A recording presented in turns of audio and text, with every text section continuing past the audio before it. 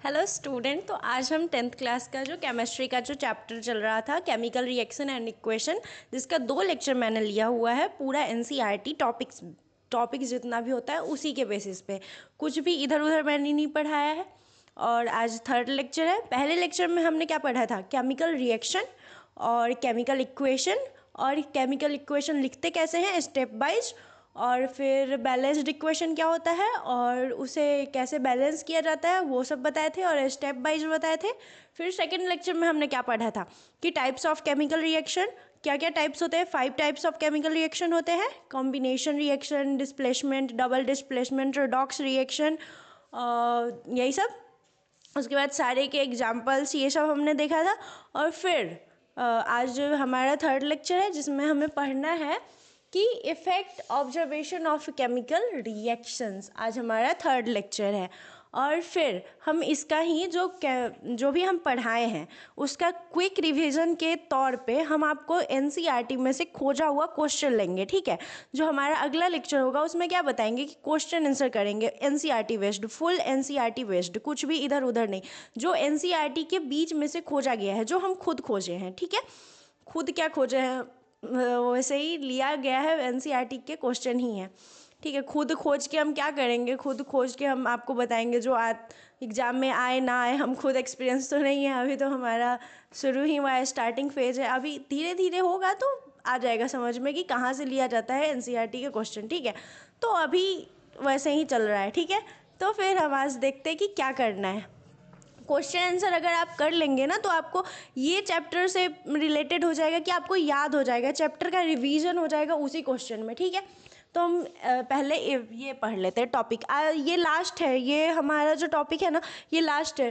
Prevention और residency के बाद एग्ज़ाम जो एनसीईआरटी में है वो कुछ लिखा हुआ नहीं है, और मेरे हिसाब से एनसीईआरटी के बाहर से इस चैप्टर से नहीं पूछा जाता है, इसलिए हम कोई टॉपिक लिए भी नहीं है, ठीक है। और अगर टॉपिक लेंगे भी हम अगली बार, अगर कोई जैसे कोई चैप्टर है ना उसमें का अगर बाहर से भी क्वेश्चन आएगा तो वो हम टॉपिक आपको बता लेंगे, ठीक है। पहले तो हम एनसीईआरटी बेस्ड ही पढ़ रहे हैं, ठीक है। तो हमें क्या पढ़ना है? Effect observation of chemical reaction. क्या जानना है? ऑब्जर्वेशन करना है, देखना है कि कैसे केमिकल रिएक्शन होता है, ठीक है। इफेक्ट भी जानना है, ठीक है। तो you can identify a reaction by, आप कैसे आइडेंटिफाई कर सकते हैं एक रिएक्शन इस बेसिस पे, ठीक है। कैसे? चेंज इन कलर, अगर एक कोई रिएक्शन होता है तो आपको कैसे पता चलेगा, तो कैसे पता चलेगा वो देखते हैं। अगर वो कलर में चेंज होता है तो भी हो जाएगा। इवोल्यूशन ऑफ गैस, गैस अगर हो रहा है, गैस उसमें से निकल रहा है तो वो भी रिएक्शन है। चेंज इन टेम्परेचर, अगर उसके तापमान में, टेम्परेचर में अगर चेंजेस आ रही हैं तो वो भी एक रिएक्शन हो गया, ठीक है। और फॉर्मेशन ऑफ प्रिसिपिटेशन, अगर फॉर्मेशन ऑफ सॉलिड अगर बन रहा है तो वो भी एक वो है, क्या उसको बोला जाएगा कि वो भी एक रिएक्शन हो रहा है। इवोल्यूशन ऑफ गैस हो सकता है, चेंज इन टेम्परेचर हो सकता है, और फॉर्मेशन ऑफ प्रीपिटिशेशन हो जाएगा, ठीक है। यानी कि सॉलिड वो बन रहा है या नहीं, ठीक है। फिर आता है हमारा कोरोजन। कोरोजन क्या है? कोरोजन एक ऐसा, कोरोजन का मतलब है कि आप जब कोई भी लोहा का चीज़ है, ठीक है, लोहा का रॉड है, उसमें जंग लग जाता है, जंग लगने को ही कोरोजन बोलते हैं, ठीक है। तो जंग कैसे लगता है? तो जंग कैसे लगता है? अगर हम किसी भी रॉड को ऐसे ही छोड़ देते हैं, उस पर कुछ कोई क्या बोला जाता है उसको, कोई किसी भी चीज़ का पानी अगर नहीं चढ़ाते हैं और ऐसे ही छोड़ देते हैं रॉड को, तो उसमें जंग लगने लगता है, ब्लैक ब्लैक कलर का, और वो जंग खराब करने लगता है लोहा को। कुछ ज़्यादा दिन तक अगर जंग लगा रहे तो वो लोहा इतना ज़्यादा ख़राब हो जाता है ना कि उसको हाथ से तोड़िएगा ना तो टूट जाएगा, इतना ज़्यादा ख़राब हो जाता है, जंग इतना ही बेकार होता है, ठीक है। तो जंग होता कैसे है? Gradual destruction of metals by reaction with environment. देखिए, ग्रेजुअल डिस्ट्रक्शन यानी कि लगातार कोई डिस्ट्रक्शन हो रहा है मेटल में, अगर रखा हुआ है, ठीक है, लगातार रखा हुआ है, ठीक है, और उसमें कोई रिएक्शन नहीं हो रहा है। By reaction with environment, environment के द्वारा अगर रिएक्शन होता है, जैसे इन्वायरमेंट का मतलब क्या है कि वातावरण, वातावरण से ही वो ऑक्सीजन लेगा और मॉइस्चर लेगा। यही दो वो अगर लोहा से अगर फेरस है Fe आयरन, और उसको अगर ऑक्सीजन मिल गया, और मॉइस्चर मिल गया। तो ये दोनों चीज़ तो हमारे वातावरण में होता ही है, मॉइस्चर होता ही है, नमी, और फिर ऑक्सीजन, ये दोनों तो हमारे वातावरण में होते ही हैं। तो इन्हीं दोनों के कारण क्या हो जाता है कि हमारा जंग लग जाता है, ठीक है। तो इसके लिए ये तो समझ में आ गया। फिर एग्जाम्पल उसका क्या है, रस्टिंग ऑफ आयरन। कोरोजन में ही रस्टिंग ऑफ आयरन होता है, रस्टिंग का मतलब जंग, ठीक है। तो कोरोजन का भी मतलब वही होता है, ठीक है। तो उसका रस्टिंग ऑफ आयरन क्या होगा, पहले देख लेते हैं। Fe+O2 + H2O क्या कह रहा है कि आयरन उसमें O2 मिलना चाहिए और फिर जल भी मिलना चाहिए, ठीक है। मॉइस्चर में तो जल होता ही है, तो वो बन जाएगा Fe2O3 और H2O उसमें से निकल जाएगा। तो Fe2O3 को ही जंग बोलते हैं। Needs air and moisture, air का मतलब O2 और मॉइस्चर का मतलब H2O, यही दोनों के कारण जंग लग जाता है, ठीक है। फिर आता है हमारा रेंसिडिटी। रेंसिडिटी क्या होता है, ऑक्सीडेशन ऑफ फैट्स, हाँ, oxidation of fat and while leading to bad smell and taste. क्या है ये रेंसिडिटी, किसे बोलते हैं, जब कोई भी चीज़ में खराब इसमें, कोई भी चीज़ में नहीं, सिर्फ तेल में या फैट में, तेल वाली चीज़ों में या फैट वाली चीज़ों में अगर आपको स्मेल बहुत ख़राब आने लगा, अगर आप खाते हैं तो वो टेस्ट बहुत ख़राब आने लगा, तो वो हो जाता है हमारा रेंसिडिटी, ठीक है। वो किसके कारण होता है, ऑक्सीडेशन के कारण, ठीक है।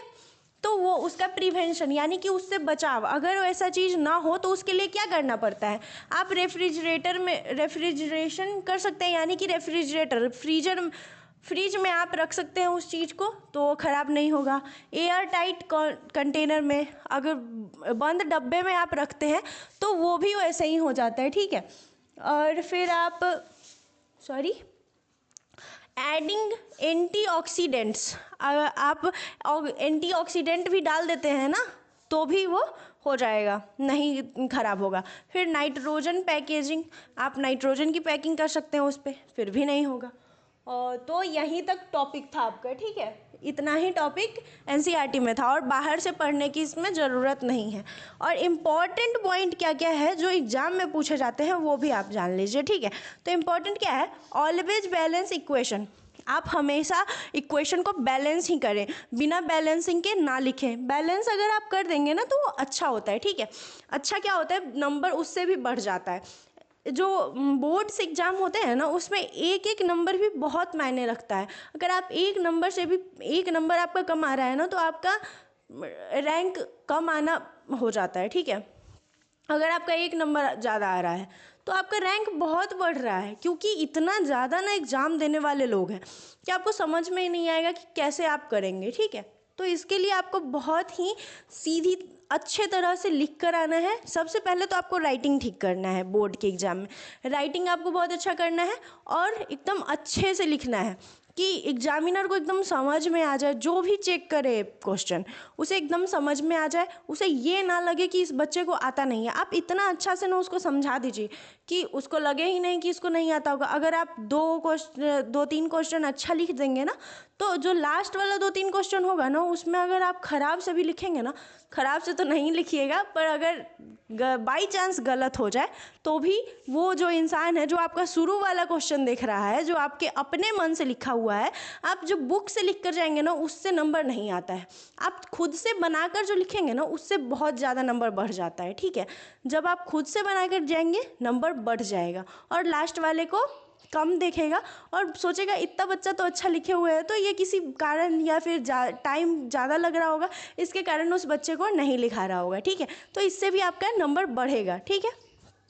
तो क्या करना है, हमेशा बैलेंस करना है इक्वेशन को। फिर राइट स्टेट सिंबल, जैसे ये कोई भी आप लिख रहे हैं ना कोई भी इक्वेशन, तो उसका स्टेट लिख देना कि वो किस स्टेट पे है। इसके लिए आपको याद करना होगा बहुत ज़्यादा, ठीक है। तो एस का मतलब होता है सॉलिड, एल का मतलब होता है लिक्विड, जी का मतलब होता है गैस और ए क्यू का मतलब होता है एक्वस, ठीक है।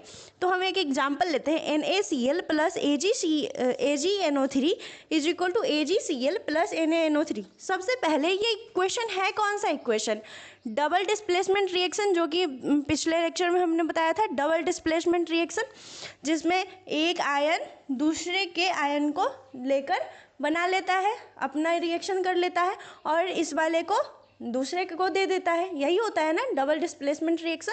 तो इसमें क्या कर रहा है, NaCl जो होता है वो एक्वस सॉल्यूशन होता है और AgNO3 ये भी एक्वस होता है। और जब AgCl बन जाता है ना तो वो सॉलिड हो जाता है और NaNO3 एक्वस हो जाता है। ये आपको पूरा लिखना पड़ेगा, ये अगर लिखते हैं ना तो आपको नंबर बढ़ता है। ठीक है, तो आज के लेक्चर में इतना ही, अगले लेक्चर में हम और पढ़ेंगे। Thank you.